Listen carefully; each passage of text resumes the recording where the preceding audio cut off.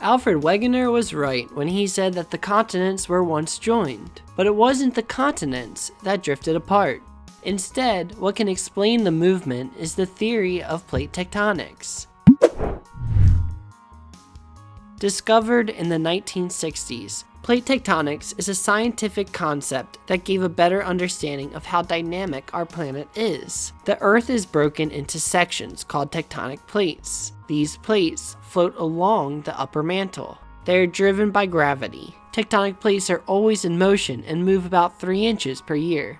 They move apart by mantle convection or subduction at plate boundaries, where they meet. There are divergent, transform, and convergent boundaries.